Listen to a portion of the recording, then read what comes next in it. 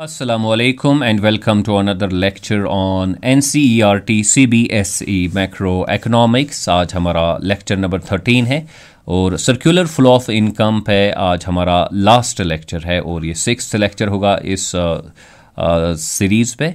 और आज हम स्टडी करने जा रहे हैं importance of circular flow of income.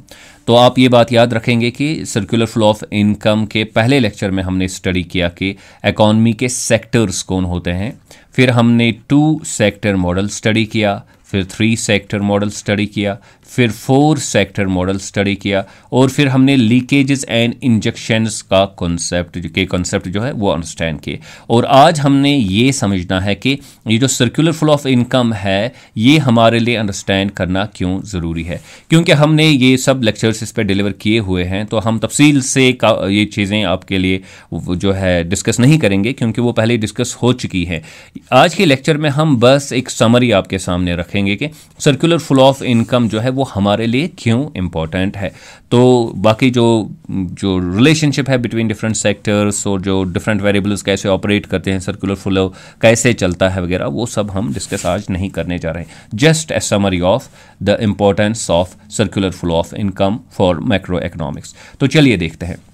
देखिए, पहली चीज़ जो हमें पता चलती है वो ये है कि इकॉनमी के सेक्टर्स कौन से हैं।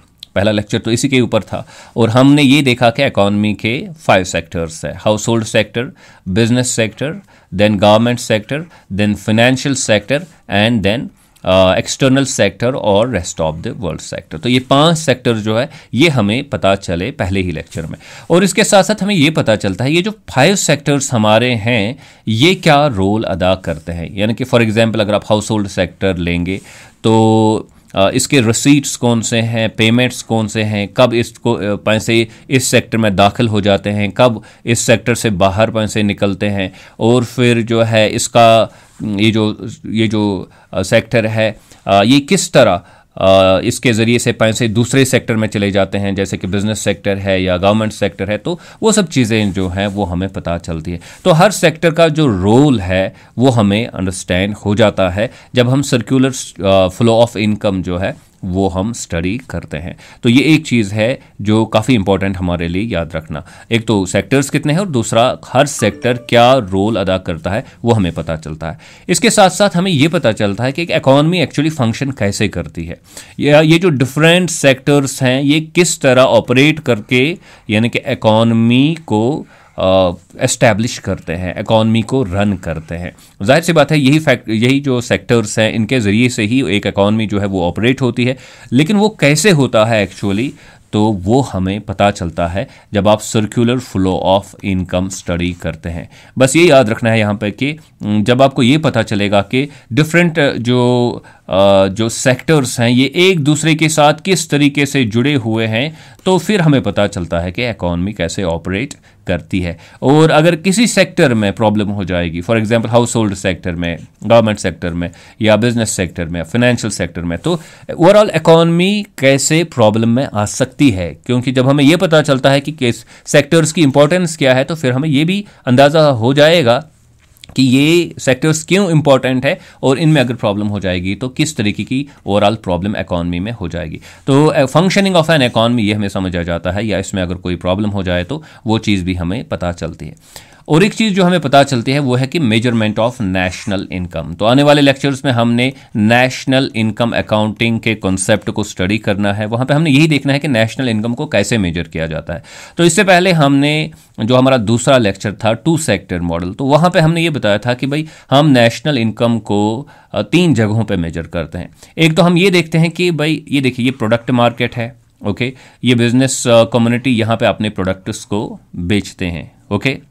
तो बाकी जो सेक्टर्स हैं, हाउस होल्ड सेक्टर है या गवर्नमेंट सेक्टर है या फिर बिजनेस कम्युनिटी में भी कुछ लोग वो ये प्रोडक्ट्स खरीदते हैं, या फॉरेन सेक्टर जो है, एक्सटर्नल सेक्टर है, वो भी ये प्रोडक्ट्स खरीदते हैं, ठीक है।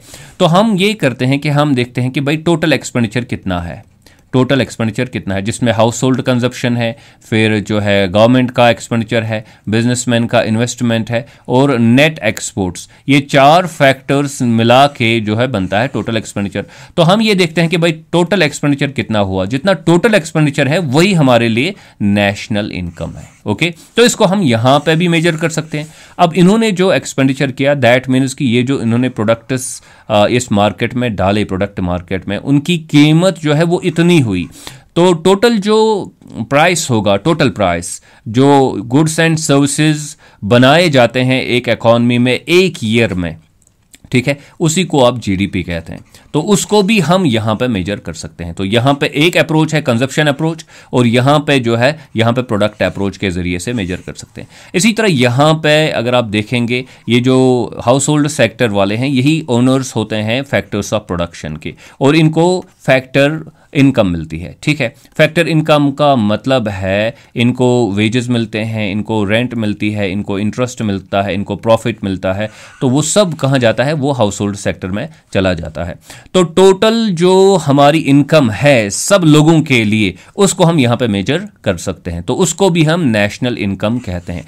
तो यहाँ पे नेशनल इनकम को मेजर किया जा सकता है in terms of factor income जो सारे लोगों को मिलती है। यहाँ पे कंजप्शन के हिसाब से इसको मेजर कर सकते हैं, और यहाँ पे प्रोडक्ट के हिसाब से इसको मेजर किया जा सकता है। तो कहने की बात यह है कि भाई हम इस चीज़ को एक्चुअली जो है सर्कुलर फ्लो के ज़रिए से ही समझ सकते हैं कि नेशनल इनकम को कैसे मेजर किया जा सकता है।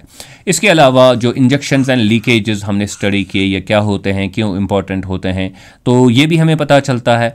तो इसके लिए मैंने आपको बताया कि भाई आप जो है 2 सेक्टर मॉडल जो है वो मॉडल बनाएं आप, जो आपके सामने अभी है, और फिर जो 3 अदर सेक्टर्स हैं, ये जो हाउस होल्ड सेक्टर और बिजनेस सेक्टर के जरिए से 2 सेक्टर मॉडल बनता है। फिर जो बाकी के 3 सेक्टर्स है, गवर्नमेंट सेक्टर, फाइनेंशियल सेक्टर और एक्सटर्नल सेक्टर, इनको बाहर रखें, आप लूप में ना लाएं। अब जो भी पैसा जो है इस फ्लो में से निकलेगा, किसी सेक्टर में जाएगा इन 3 में से, तो वो आपके लिए बन जाता है लीकेज। ओके, और जो भी पैसा इन सेक्टर्स में से इस फ्लो में आ जाएगा कहीं पे भी, तो उसको आप कहेंगे इंजेक्शन। ठीक है, तो वो भी हमें यहाँ पता चलता है। और फिर अगर जो पैसा यहाँ से बाहर निकलता है, ठीक है ना, तो इकोनॉमिक एक्टिविटी कम होगी। पैसा बाहर से अंदर आ जाता है इस सर्कुलर फ्लो में, तो इकोनॉमिक एक्टिविटी बढ़ जाएगी। इसलिए इकोनॉमीज चाहती हैं कि उनके जो फ्लो होता है सर्कुलर फ्लो वो बढ़ जाए, वो कम ना हो जाए। तो ये बात भी यहाँ पे पता चलती है। और इसके अलावा जो हमें पता चलता है एक इम्पॉर्टेंट चीज़, वो ये है कि मैक्रो इकोनॉमिक वेरिएबल्स कौन से हैं। देखिए, अभी मैंने यहाँ पे कहा कि आप जो है कंजप्शन देखते हैं, फिर गवर्नमेंट एक्सपेंडिचर, फिर इन्वेस्टमेंट, फिर नेट एक्सपोर्ट्स। तो ये क्या हैं, ये वेरिएबल्स हैं जिनको हम मैक्रो इकोनॉमिक्स में स्टडी करते हैं। तो इनको हम मैक्रो इकोनॉमिक वेरिएबल्स कहते हैं। या वेजेस है, रेंट है, इंटरेस्ट है, प्रॉफिट है, तो इनको हमने कहाँ पे स्टडी किया, जाहिर सी बात है मैक्रो इकोनॉमिक्स में फैक्टर इनकम का जो कंसेप्ट है उसमें हम इनको डिस्कस करते हैं। तो ये भी मैक्रो इकोनॉमिक जो है कंसेप्ट, मैक्रो इकोनॉमिक वेरिएबल्स बन गए। इसी तरह जीडीपी वगैरह जो है वो भी मैक्रो इकोनॉमिक वेरिएबल्स हमारे बन जाते हैं। तो ये मैक्रो इकोनॉमिक वेरिएबल्स कौन से हैं और हम क्यों इनको स्टडी करते हैं, वो हमें पता चलता है। ये जो आपके सामने मॉडल है सर्कुलर फ्लो का, तो इसमें आप काफ़ी सारे मैक्रो इकोनॉमिक वेरिएबल्स आइडेंटिफाई कर सकते हैं। जैसे कि ये कंजप्शन एक्सपेंडिचर है, ये मैक्रो इकोनॉमिक वेरिएबल है। इसी तरह ये फैक्टर इनकम है, ये मैक्रो इकोनॉमिक वेरिएबल है। सेविंग है, मैक्रो इकोनॉमिक वेरिएबल है। इसी तरह इन्वेस्टमेंट है, मैक्रो इकोनॉमिक वेरिएबल है। या बोरोइंग है, मैक्रो इकोनॉमिक वेरिएबल है। या इसी तरह जो है टैक्सेस हैं या नॉन टैक्स जो है पेमेंट्स जो हम करते हैं, तो मैक्रो इकोनॉमिक वेरिएबल है। ट्रांसफर पेमेंट्स है, ये भी मैक्रो इकोनॉमिक वेरिएबल है। सब्सिडीज़ हैं, ये भी मैक्रो इकोनॉमिक वेरिएबल है। या expenditure on goods and services on part of the government, ये भी मैक्रो इकोनॉमिक वेरिएबल है। Exports macro economic variable, imports macro economic variable, factor payments जो बाहर से आती है हमारे मुल्क में, तो वो भी मैक्रो इकोनॉमिक वेरिएबल है। नेट ट्रांसफ़र पेमेंट्स, ये भी मैक्रो इकोनॉमिक वेरिएबल है। तो इसी तरह काफ़ी सारे मैक्रो इकोनॉमिक वेरिएबल्स हमारे लिए क्लियर हो जाते हैं जब हम सर्कुलर फ्लो ऑफ इनकम को अंडरस्टैंड करते हैं। तो इसलिए सर्कुलर फ्लो ऑफ इनकम हमारे लिए समझना काफ़ी ज़रूरी है। और थैंक गॉड हमने इस पूरे सिस्टम को 6 लेक्चर्स में कंप्लीट किया। आई होप कि आपने ये सारा जो सर्कुलर फ्लो ऑफ इनकम का कंसेप्ट है और काफ़ी सारी चीज़ें जो हमने इसके बारे में जाननी होती हैं, आई होप कि आपने उनको बड़े अच्छे से समझा होगा। Do not forget to subscribe to my YouTube channel Earnest Economics. Thank you very much.